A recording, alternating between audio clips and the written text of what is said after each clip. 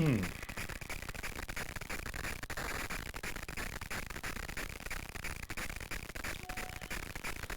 right. A little bit of a lag here. Let's see if I can put it up here, but I'm going to shut the volume off.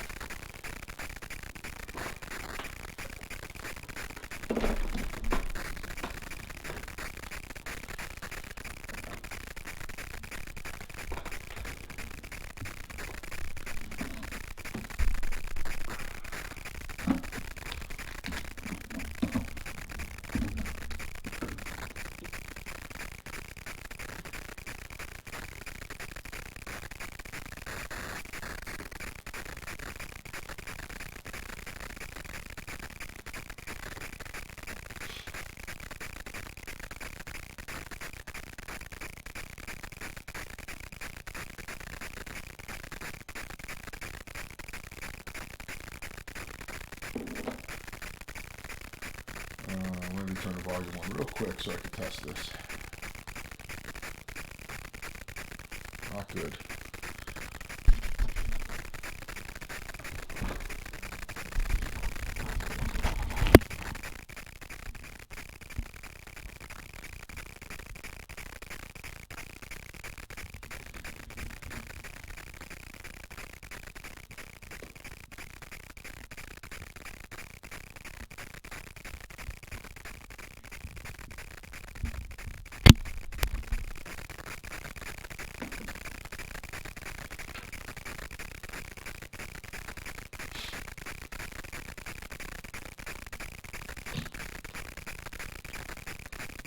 While we're getting such a hum, let me switch to the Rode Wireless Go here.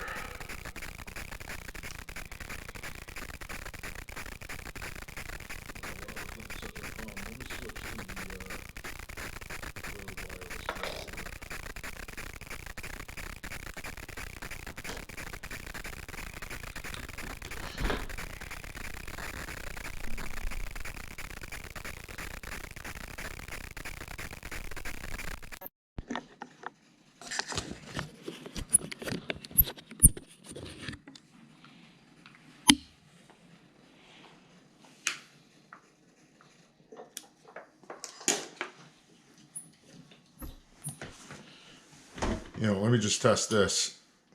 How does this sound? Let's see.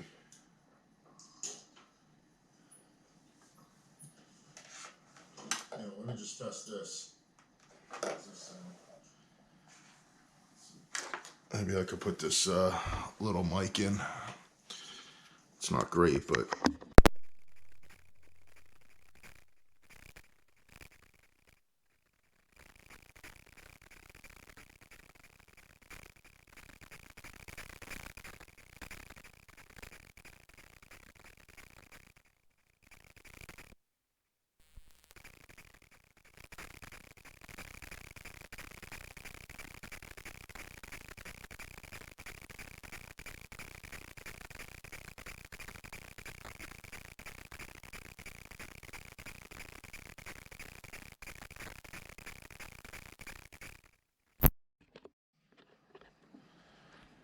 Very strange.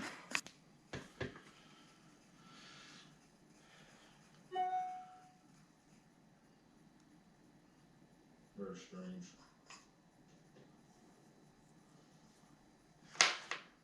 Thanks, Ken. Yeah, I'm just going to go without a mic. I'm just going to run with the normal GoPro mic.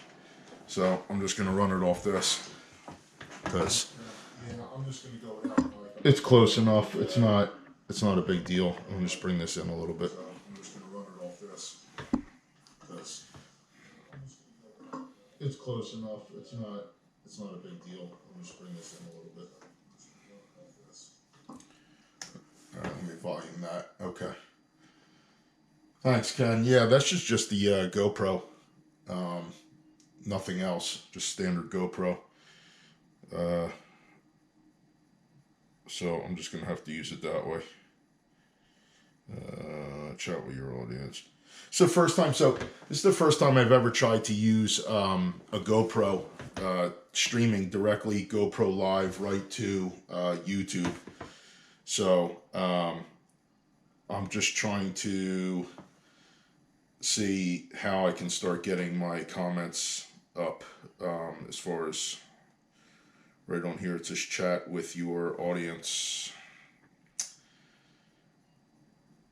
I usually use OBS and connect like my Canon or something that way, and you know, it's just a pain in the butt to set up the whole rig. I just wanted something quick. I figured if I throw the GoPro up, just stream it live wirelessly right to YouTube, that would work out the best way. And I think it will. I just got to work out some of the bugs here.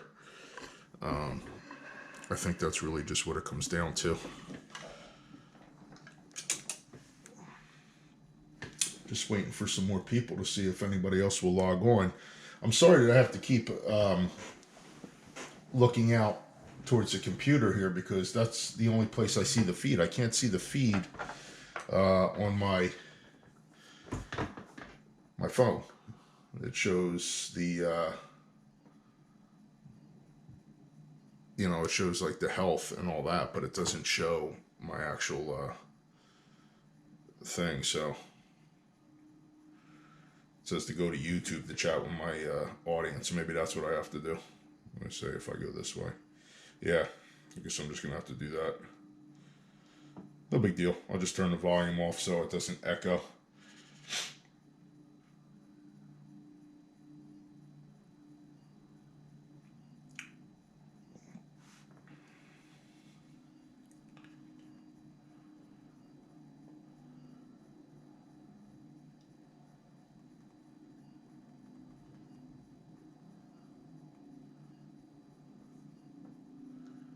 I'm wondering if I can hop over to Instagram while this is running in the background and see.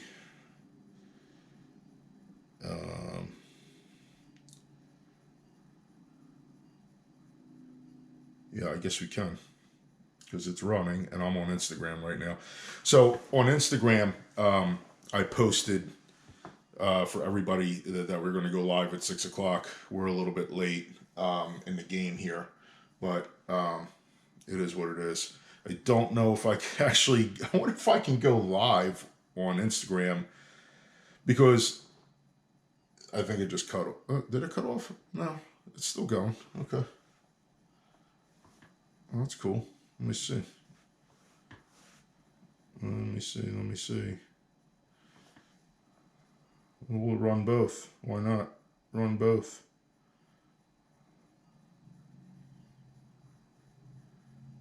If it boots out, I'll go back on, but I think we're going to be all right. Cool. All right, we're doubled up here. So we are live on Instagram. I got to back up because Instagram too close. I got way too many platforms running here. So we're live on Facebook, on YouTube, and we're live on Instagram. Instagram, YouTube. You guys can talk to each other. But there's a ton of people on Instagram. I'm really thankful and happy that we broke that 10,000 followers mark, where I think we're at like 10,600 today, which was amazing. I picked up a lot of followers today. So that was really great. Not so much on YouTube. YouTube, I think we have 1.3 subscribers, so 1,300, 1,400 subscribers. We'll get there. But definitely check out the YouTube page, because there is a ton of information and a lot of videos on YouTube that I posted up. And that kind of leads me into what I wanted to discuss today, where, you know, I wanted to get more into talking about my technique and just the overall process of street photography. Have a lot of exciting things coming up in 2020. Hopefully collaborating with a few well-known photographers that some of you guys may know of as well. I'm just trying to put some of the stuff away because my desk is so crowded right now.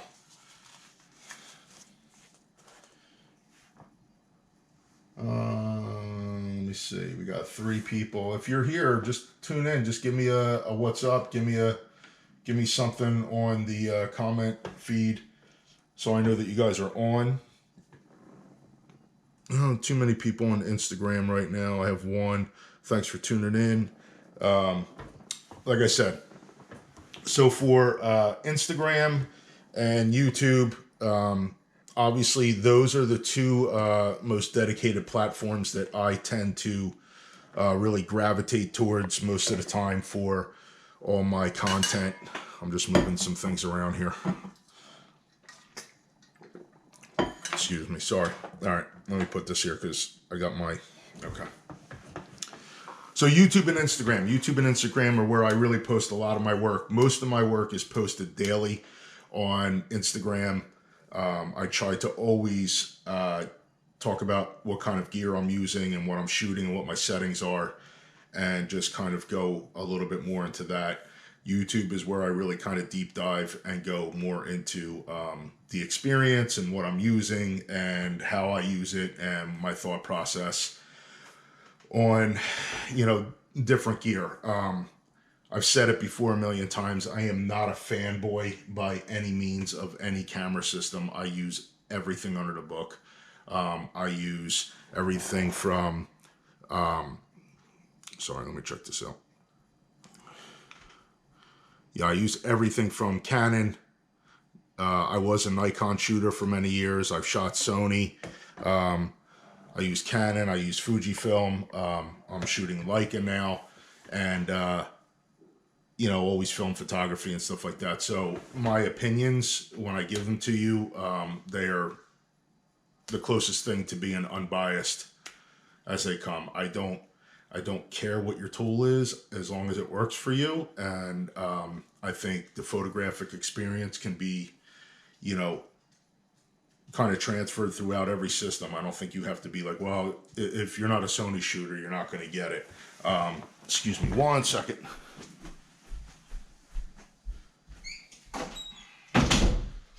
Just wanted to close that door real quick because then the dogs will start coming in here and barking and everything else under the sun.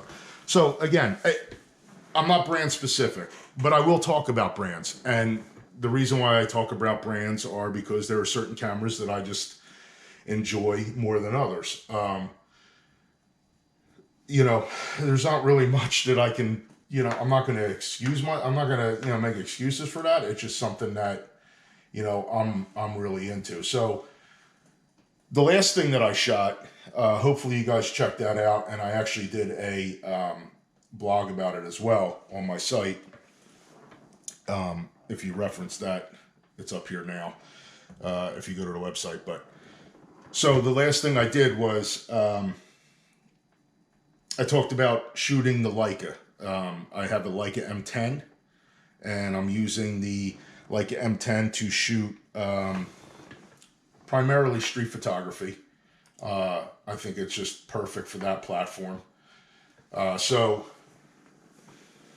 Leica M10, I'm shooting it with mostly the 28 millimeter Elmerit lens. It's a phenomenal little lens, but I mean, look how small this thing is. I mean, that's not even with the cap off of this. That's it. This thing is little. Put it up.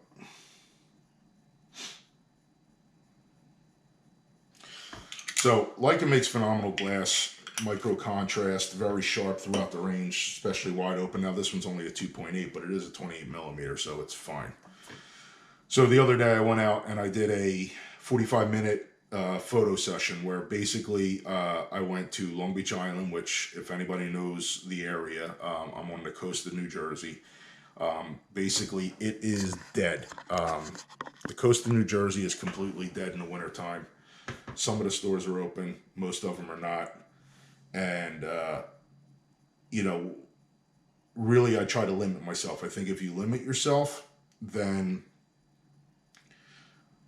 I think it kind of drives you to find the best out of the situation that you have. So I put myself within 200 yards from the beach to the boulevard, which is about 200 yards in one street.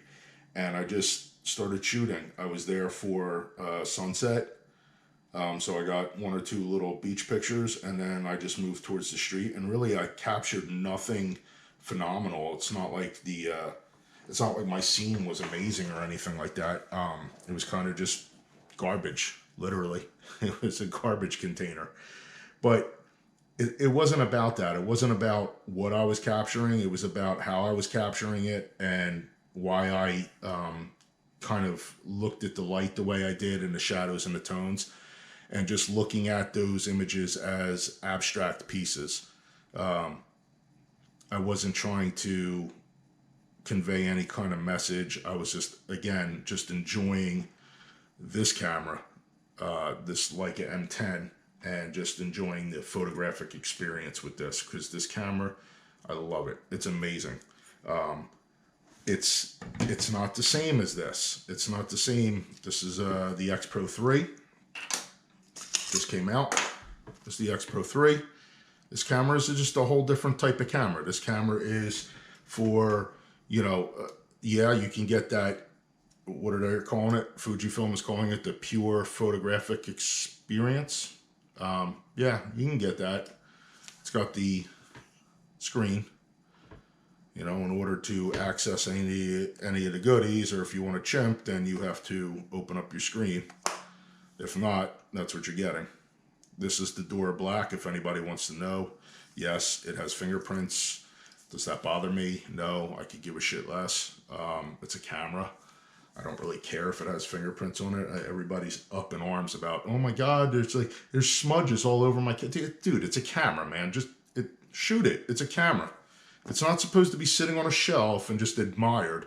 It's a $2,000 camera. It's not this. It doesn't cost what this cost. It's $2,000. I'm not saying that's cheap, but it's a camera, guys. Just shoot it. Who cares if there's fingerprints on it? I don't know. I get confused sometimes by the way people think, but whatever. So, I'm looking at two different cameras in the way I shoot. It's kind of it's kind of weird. So this camera, this Leica M10, you can also employ a Visoflex. So this is basically giving you a live view version of, whatever you're seeing. I doubt that you're going to be able to see that through the viewfinder. Let's see. I don't think so, but I'll put it up there for a second. Maybe you'll check out what's in there. Nah, I don't think so. Maybe you guys here. Oh, you see that? I don't know. So this will give you a live view version. Once you start focusing the ring, it'll automatically zoom in the eyepiece and give you focus peaking. It also tilts up, so that's kind of nice when you can just kind of look at what you're doing here and take your shot. I will tell you that the shutter on this camera is beautiful. It's just such a beautiful camera all the way around. I mean, there's not one thing that I don't love about this thing. Focus is nice. Everything is obviously done manually. There is no autofocus on a Leica, not unless you're buying the Q or the SL. But if you're just going with, your standard Leica M series body, which this is, then it's all manual focus. But because it's manual focus, you're not running all over the place just spraying and taking pictures. You're kind of really focusing in on what you're doing. You're picking your shutter speed. You have an ISO dial here. It does do auto ISO, and it'll go all the way up to 6400 and extend past that as well. Shutter speed and your aperture and your focusing. I really like the focusing tabs on these little M lenses. That's a Voigtlander 35 1.4. Like I said, the Elmerit is a 28 millimeter. So what I did the other day is I went out and I did fast. I did 45 minutes in one block and just kind of restrained myself, put a lot of limitations on myself. One lens, one camera, and just shot and wanted to see what I would end up with. I ended up with some nice photos. I ended up with, I don't know what's on my blog right now. Where are we at? 1, 2. I ended up with like 12 photos, 13 photos. And what I ended up doing though is I had the Osmo Action. I took the Osmo Action and I placed that on top of the Leica, just like this. And I shot that 45 minutes within that square, not even a square block, within that street. And those are the images I came up with. Again, you can see them on Instagram. You can see them on my website page, josephDagostinophotography.com. The title of the blog is 45 Minutes with my Leica. And there's also a YouTube video that you could check out under the same title. It's not long, guys. You know, I get a little artsy. I'm trying to work on my vlog, so that'll immediately jump into my next discussion that I'll have with you guys. But like I said, I've been shooting the Leica M10 a ton.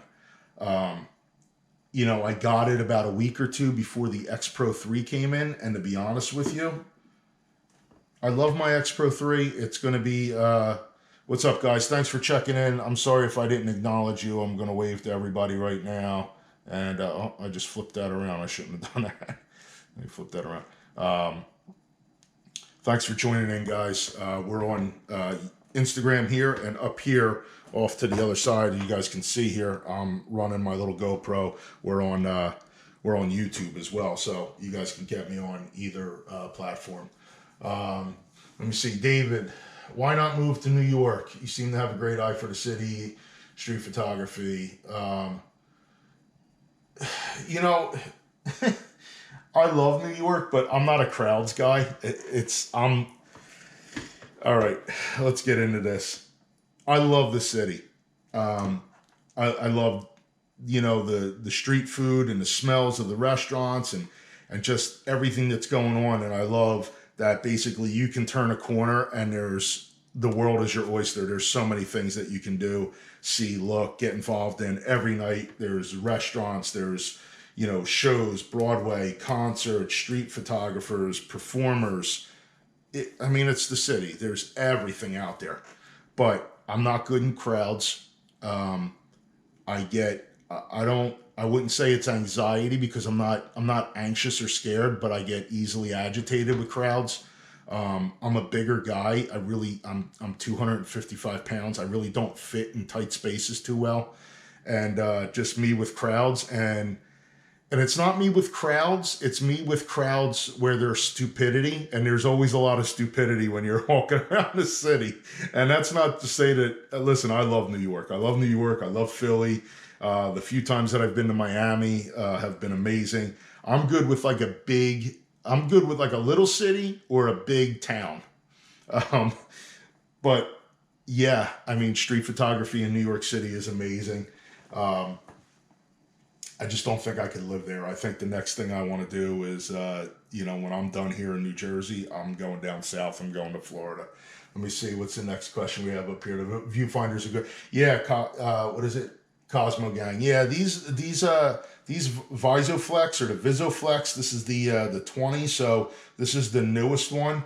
You know, they're small and lightweight, and they do have a diopter adjustment right here. And let me adjust this light. They do have a diopter adjustment right here, and they are amazing little viewfinders. They're plasticky. You know, it kind of makes me wonder, you know, how well they're really built. I don't know that I can't say that.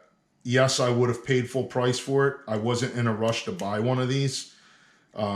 I did want to get one because I think with landscape photography, it's really nice. Street photography, it's, you know, a little slow. I think if you're doing portrait photography, it could be really helpful. Trying to nail 1.4 on a Leica rangefinder using a patch system, it's hit or miss, especially if you're trying to get the eyes or the pupil.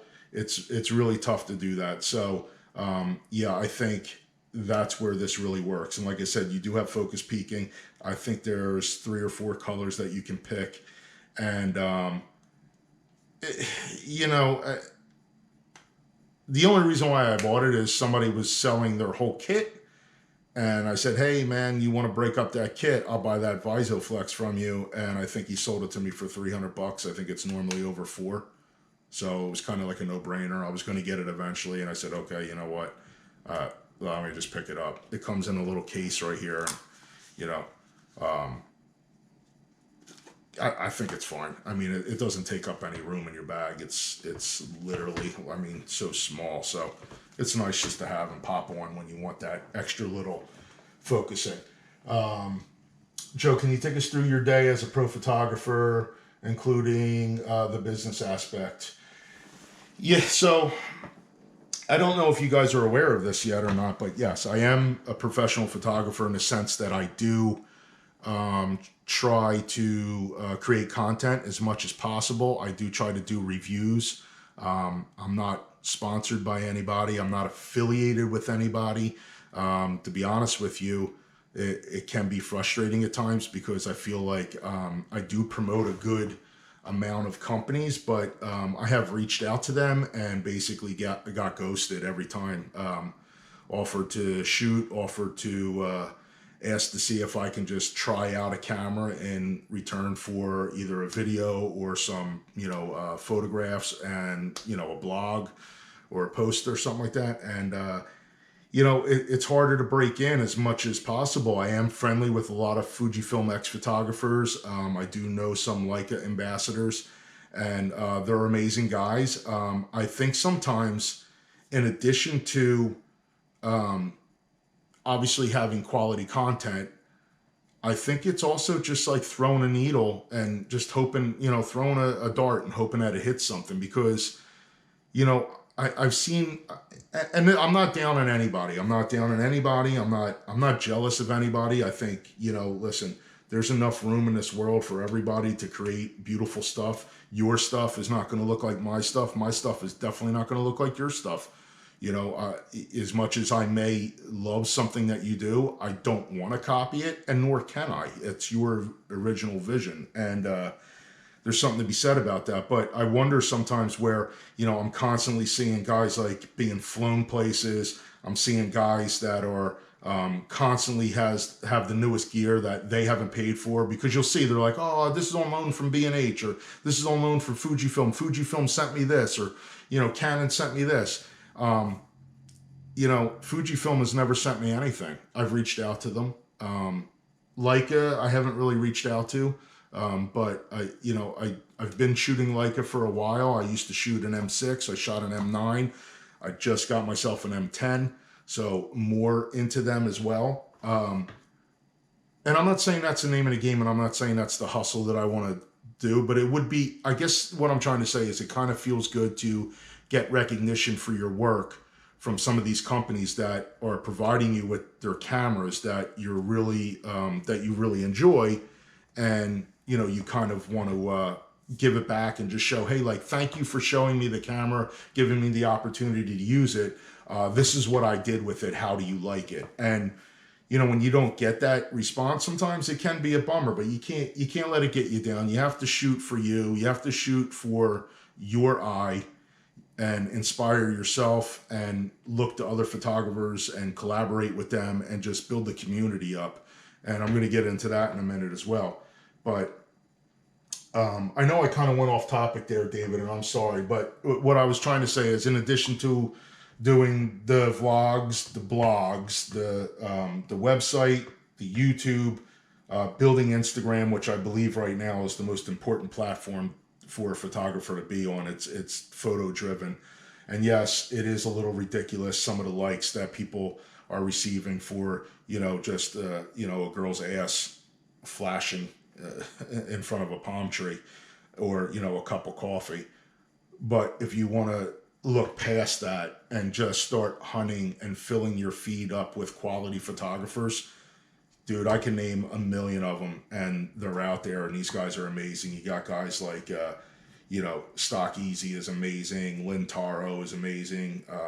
You got Matt Day is awesome work and really knowledgeable when it comes to that kind of stuff. You have Christian Cross is a UK-based photographer, and he's one of the admins on our photography group. For anybody that hasn't followed yet, I'll get into that. I'll be like Hugh Brownstone. Hold that thought. Follow Hugh Brownstone. These guys are all amazing, and they're doing awesome work. And like I said, fill your feet up with that and get rid of the nonsense.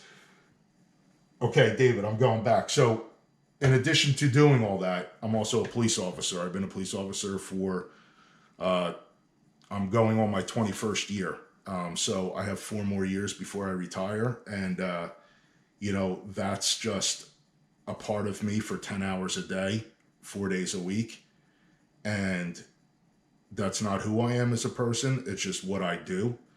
And my heart is in other avenues, and it's photography is what my next step in life is going to be. So I feel like I'm living this dual life where, you know, I'm all day grinding and working as a police officer, and then as soon as I come home, it's, you know, family time. I'm recently remarried, and I have a daughter. She's 10. So, you know, I'm constantly involved as a father, just going to gymnastics classes all day long and doing our mini dates with her, spending time as a husband and trying to be involved with my family as much as possible, and then sneaking in photography as much as I can. So that's my time as a photographer right now. I do shoot weddings as much as possible with my business partner, Vin. We have a wedding company, but we don't, and he's also a police officer, so it's really kind of tough for us to take weddings all the time. So we take the weddings that we want to take, and we shoot a few of them a year. And, you know, it brings in decent money. It's okay. You know, YouTube is starting to pay a couple bucks here and there, but it's nothing fantastic. It's not like you guys would think where you're like, oh my God, I'm a YouTuber and I have, you know, all these subscribers and I'm making all this money. I mean, yeah, it can happen, but you know, I don't have as many subscribers as I need for anything remotely close to saying like, all right, that's it, I'm done. Here's my badge and gun. I'm leaving. So it's basically I'm in the grind just like you guys, man. I am not anywhere further along than anybody else, I'm sure. It's every day just trying to build the community up, connect, and just talk about what I know. And I think the biggest step for me doing all this was having the confidence enough just to say, hey man, I'm going to express my opinion. I'm going to put it up on YouTube. I'm going to make a video. Because I've been watching YouTube and I've been watching photographers for so long, and there are amazing people on there. But there's also a lot of duds too. There's a lot of, and that gets me back to the other thing about, you know, trying to link up with a business and collaborate with them. There's a lot of photographers on there where it's like, you know, I'm this guy and I'm this guy, and here's the new Fujifilm and it's amazing and you should get it. And Sony is great and the focus tracking is when I shoot the, and then it's, but where's your work? Where's your work? Where's your catalog of images? Where's your portfolio? I go to your Instagram page and maybe you have 1,000 people following you and your work is just basically a picture of, you know, a coffee cup and gear and, you know, a couple, show me how you're using this amazing camera that you are promoting, but you're promoting it, but like there's no, let me see the proof. Let me see the proof of what you're doing with it. If you're just taking pictures of your cat, I'm saying that cat photos aren't great, but if you're just taking pictures of your cat all day and you're telling me that I need to buy a $3,000 camera based off of that, I'm sorry, bud, you didn't sell me. But yet you're the one that's getting sent the gear because you have the following. And so it's this, do you want a huge following, but you don't do any work? Or would you rather be recognized for the work that you're doing, and the people that are following you because they really like the work that you're doing and your honest approach? I'm always going to come to you guys honestly and just say, you know, this is awesome. This sucks. I spent my money on this. I want to return it, but I can't. So I'm going with this. That's what it is. And, you know, let's see, what else do we have? Glad I found your channel. Hope to see more blogs like the other day. Yeah, Tom, thank you so much. Definitely going to be doing, that's my 2020 goal, is to be doing these vlogs, these POVs, this day in the life kind of thing. You know, attaching that GoPro. I have 3 GoPros, and I have 1 Osmo, and I have an Osmo Pocket too. So I have more than enough of these little action cameras to really make this, you know, something that I can build on. And it's not, listen, it helps me out too. I'm not going to lie to you and sit here and tell you like, well, I'm only doing it for you. I'm doing it for me too. I want my channel to get a lot bigger. I want my channel to be successful so I can continue to bring more content to you guys. But I also think that there's a really good value in doing this kind of stuff, because, you know, it's one thing if I show you a photo and you're like, wow, that's a cool photo. But if you have no idea what my thought process was behind it or how I got to that point and arrived there, then I don't know if you're benefiting at all. Like, if you don't know how I made the photo, then what did I teach you? I didn't teach you anything. I just showed you a pretty photo. You can see a pretty photo all day long. You don't need to come to me to see a pretty photo, but you would like to come to me if I could say, hey, listen, I spot metered, I underexposed, I was, you know, really cautious not to blow my highlights here. I framed it this way. When I looked at this, this is immediately what I saw in terms of layers and angles, shapes, and abstract image. If I can help you with that, then maybe I develop your eye along with developing my own from continually doing it to help you out. So that's my goal with that. Let me look on Instagram, because I've been kind of over here on YouTube and just ignoring everybody on there. A lot of people joining in. Thank you. KTMO, what are your thoughts on smartphone as a camera? Is there a place for them? Do you ever use them in your photography? If why not? KTM Allen, thank you.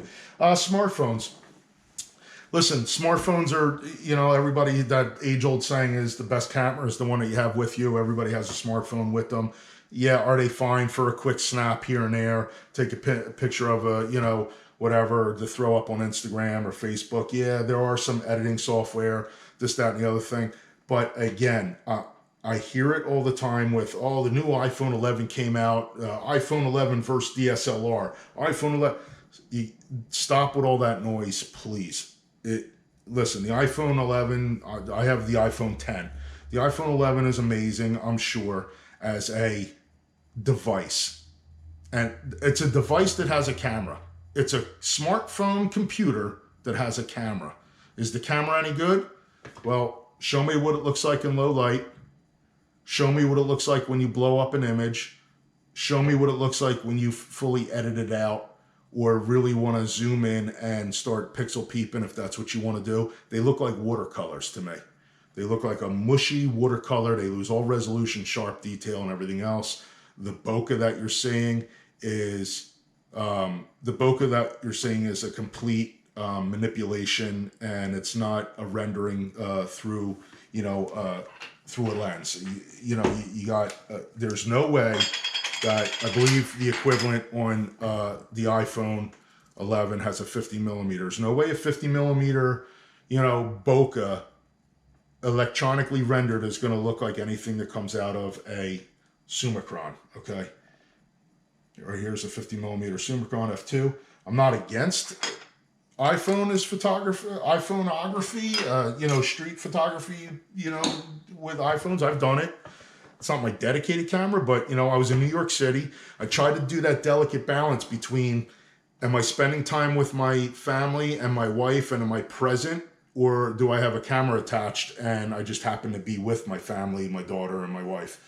So, if I'm walking around New York City and I don't have a camera with me, but I do see something interesting, yeah, iPhone. Cool, man. I got something. Maybe I can work with it. Is it going to be my favorite photo of the year? No. If it's something that's really nice and I wanted to print it out, I'm going to be kind of bummed. So, it is what it is. Let me go back over here. Tom, don't worry about the shore being empty. Looks like some great potential. Yeah, the shore is fun when there's nobody around here. What's my vlogging camera? So XT3 for, vlogs while on a tripod, as well as the Canon EOS R. The Canon EOS R is amazing for video and vlogging. And these little GoPros, this one right now is a GoPro 7. I have the Osmo Action. This is fun too. There's a huge lag in this when you employ stabilization. It's like literally like, here's where the camera is, here's what you see. Camera, see.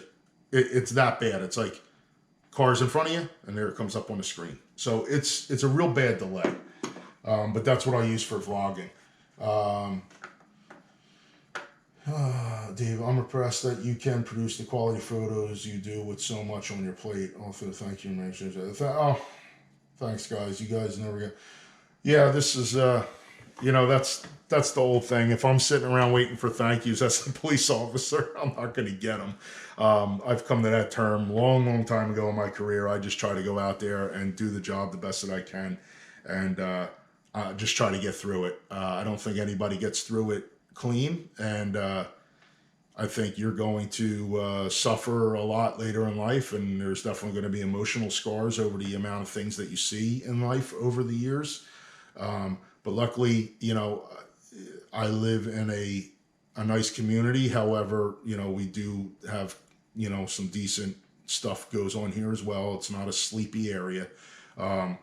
But again, where I go and take pictures and stuff like that, it is. It's the shore town is dead. My town is not dead. I'm busy all day long.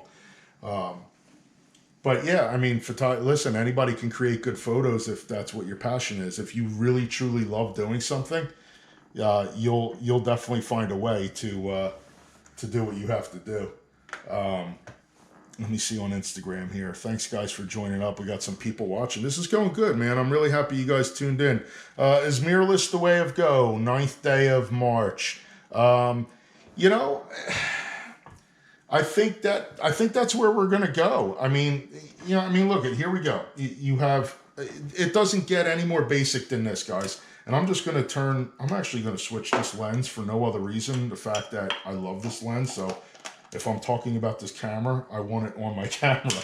As stupid as that sounds, but it's my vlog, so that's what I'm going to do. Let me put this on here real quick. So if you're thinking about, you know, look at where we are. So we have a old school rangefinder in every sense of the word, okay? This is a M camera, okay? No different than the first M out there as far as size-wise, everything else, rangefinder, the way it focuses, the way it takes pictures. It's digital sensor, 24 megapixel, you know, what is it, Maestro sensor, processor, beautiful colors. But what do they give you?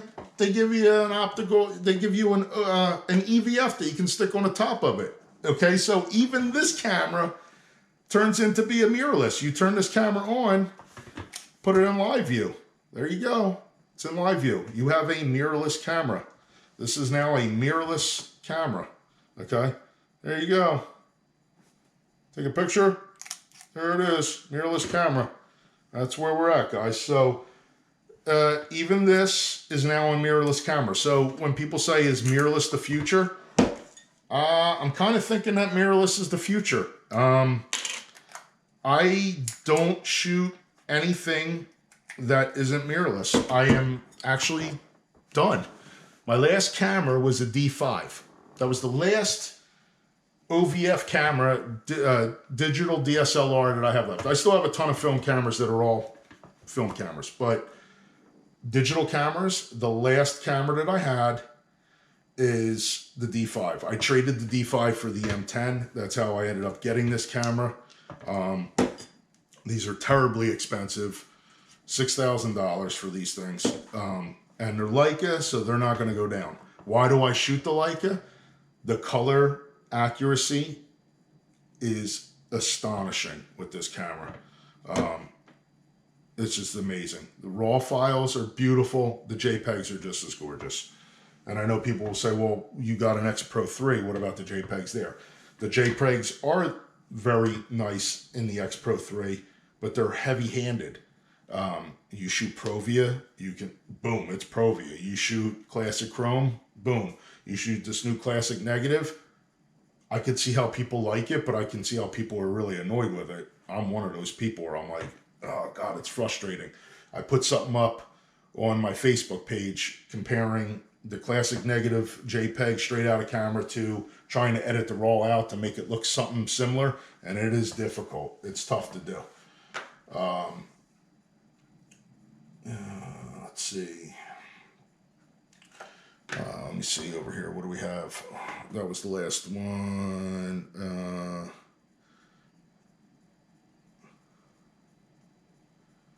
Let me see. I'm sorry, guys. I'm just looking to see is mirrorless the way to go. So expensive, though. Well, 9th day of March. What's so expensive? What are you referring to that you think is the most that's expensive right now? Let me see. I think I'm gonna go to film. What are you gonna go to film for? Film. Listen, film's great. That's the hard part. My camera is a part of me. Trying to balance that is tough. Yeah, no, it is tough. I always try to have a camera with me. One of the cameras that I always have with me is the little Ricoh. I don't even have. Do I have? Yeah, I do have battery in it.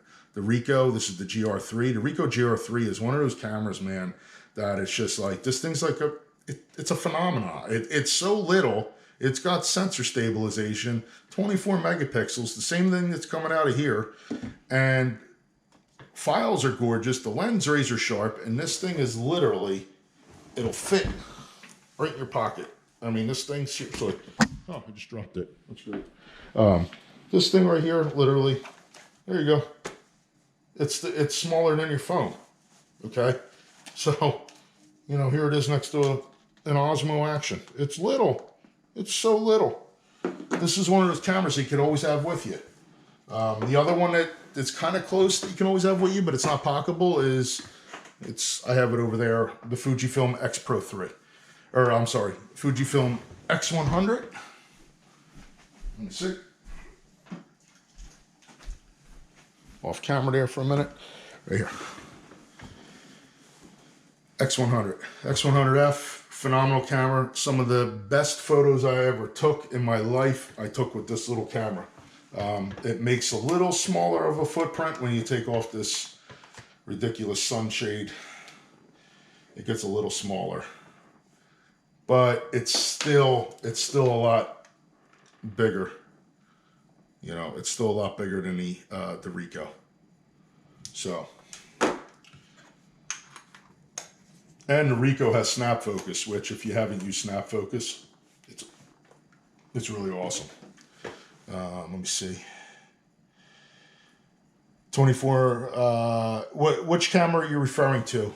9th day of March. You've been attached to your 24mm lens.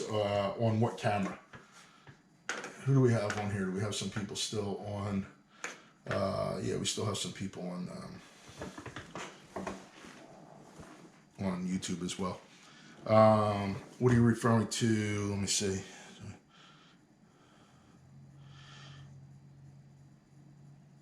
Rangefinder is fast in the sense of focusing if you're going to zone focus. So again, if you're looking at the camera, and I'm trying to do this at both, but I'll put one up here. Right now I'm at f8. Okay, if I'm shooting at f8 and I want to zone focus, then I say, okay, well, I know right off the bat that if my focusing tab is 45 degrees to my left, then I'm really close. And when I mean really close, I'm at minimum focus distance, or I'm within, 2 feet. If I want to go around here, I'm within 4 feet. Okay. And if I'm shooting anything further than that, I want to be 45 degrees or further to the right. And that'll give me infinity. So for instance, just so if you guys, I don't know if you guys know zone focusing or not, but let's just say I'm shooting at an aperture on f8 and I want to make sure that I can capture everything 3 feet in front of me or further. Then if I basically keep my focusing tab right here at the bottom, anything I shoot from 3 feet to infinity is pretty much going to be in focus. So yes, it is quick in the sense that if I'm just walking the street and I see something, that's in focus. Right there that I took, that's going to be in focus. Well, it's extremely dark right now because I didn't set this up, but, I have a light stand in front of me about 2 feet away. That's in focus because I set it up. I have a large aperture. So yes, it's fast that way. but this is not autofocus. So if you're trying to track your kid on the baseball field or football and he's running down the street, I mean, you're going to be having to try to, dial this thing in as he's running. You're going to have to be cranking it down with a large aperture, just hoping that you get something. When you have something like the Fuji, different story. You put this thing on, you put it on wide tracking, and if I can zone that in, I don't know if I can. You put it on wide tracking, and you see all those focusing points. This is gonna track everything as he's running. I don't know that it's gonna be it's gonna be a lot faster than this. So it depends on what you're saying is fast. I don't know that it's really good for sports. DSLR is dead. I don't know that DSLR is dead.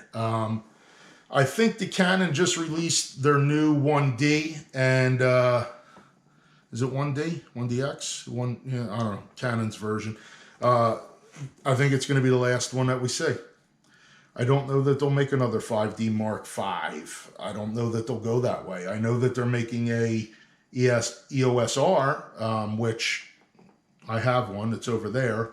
I know they're making a pro version of that, which I'll probably get because, again, I love Canon glass, and that's what I use for all my wedding work. So you're way behind the ball. Got money. What do you mean you're behind? Well, listen, I'm at the point right now where I have so much gear that in order to get new gear, I just sell the old gear, and I get a decent amount for it, so then I put it towards the new gear.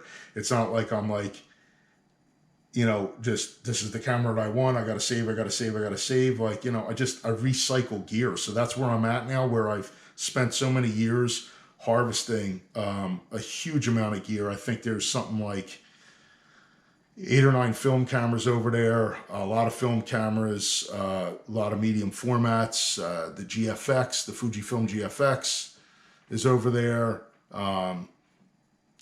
Every Fuji camera pretty much under the sun, I have them all over there.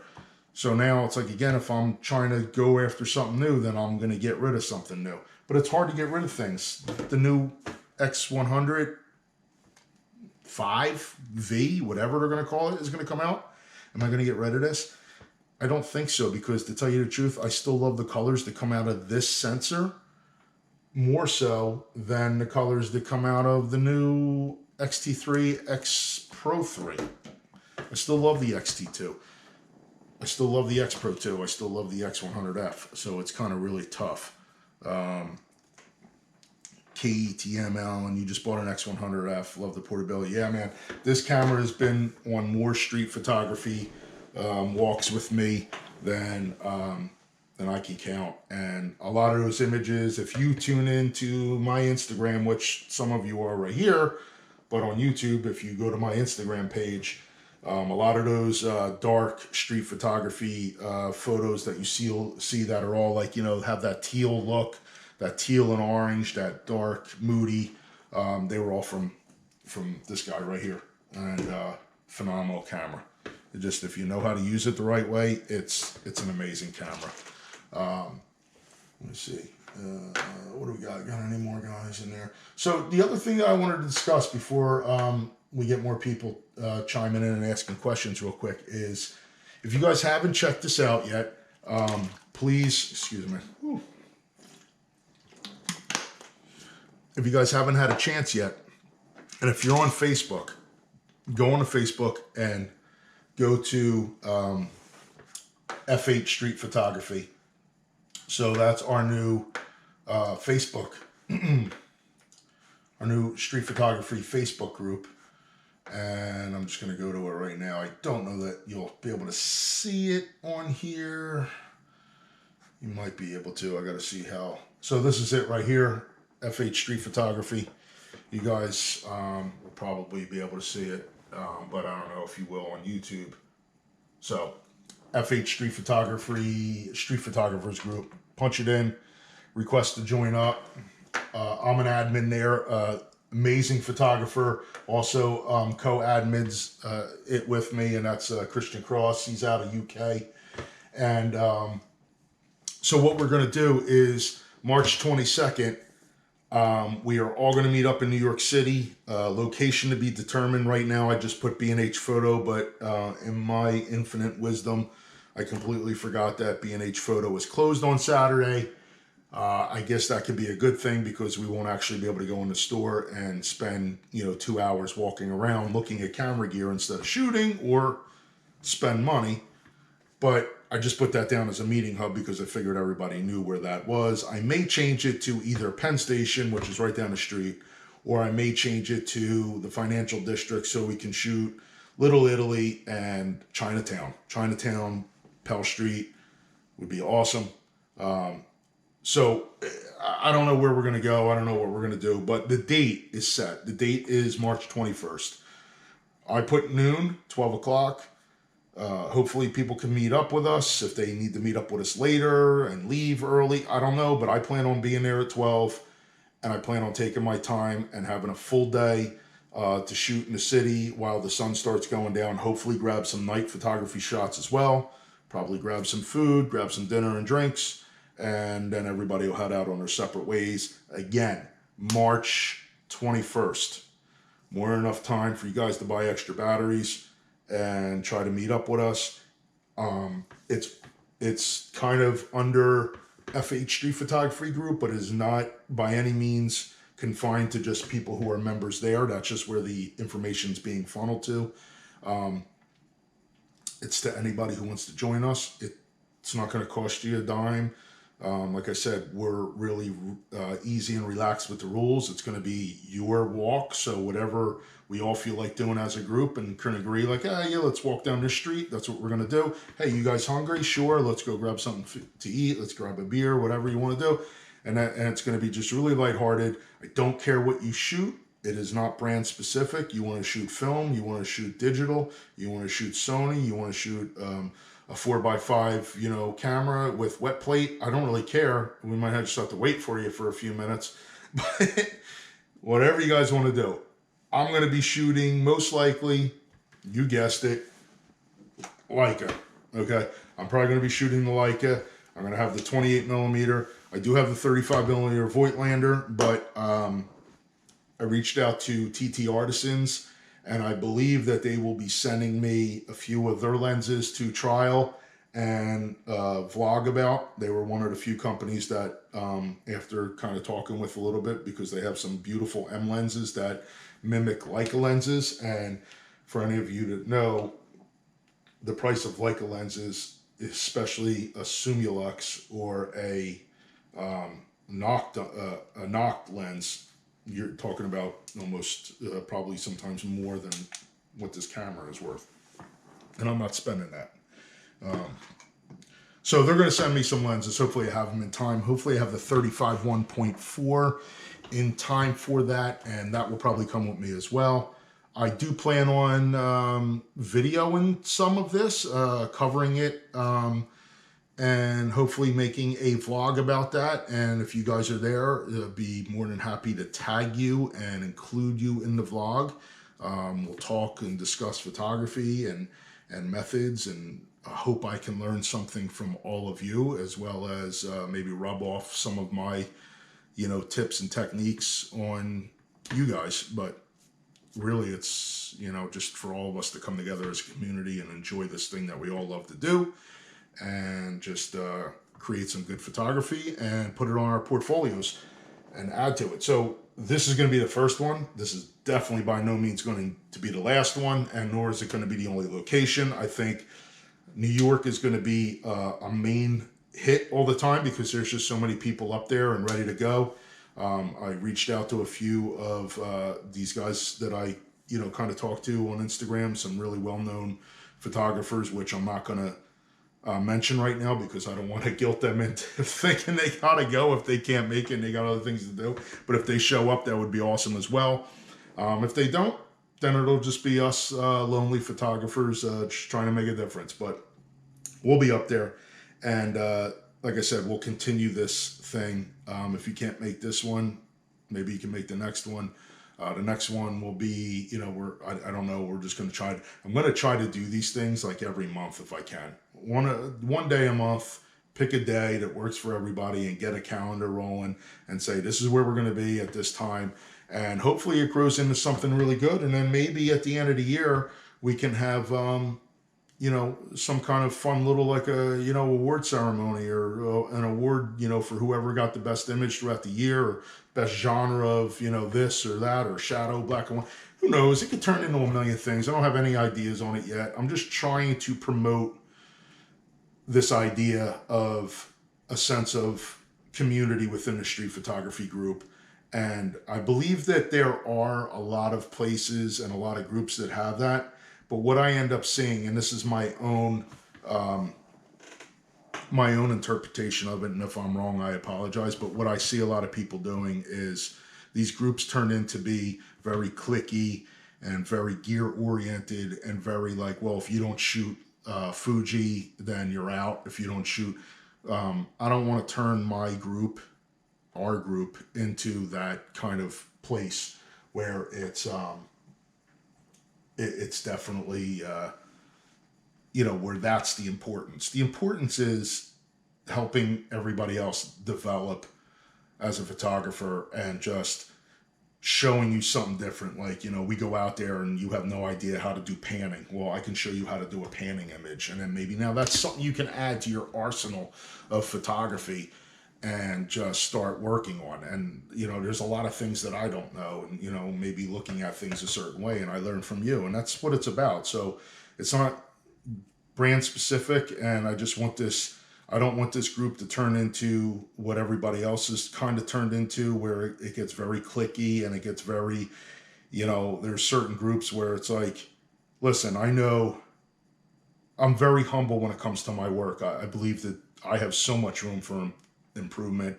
I'm not even anywhere close to where I want to be as recognizing my style, and I don't know that I'll ever get there, but I know that I'm producing some nice work, and I know that, and I'm only saying that because I can see, like, when I post something up, I'm getting a lot of good feedback. I'm getting like questions on how I did things. I'm getting a lot of likes and a lot of views and a lot of thumbs ups.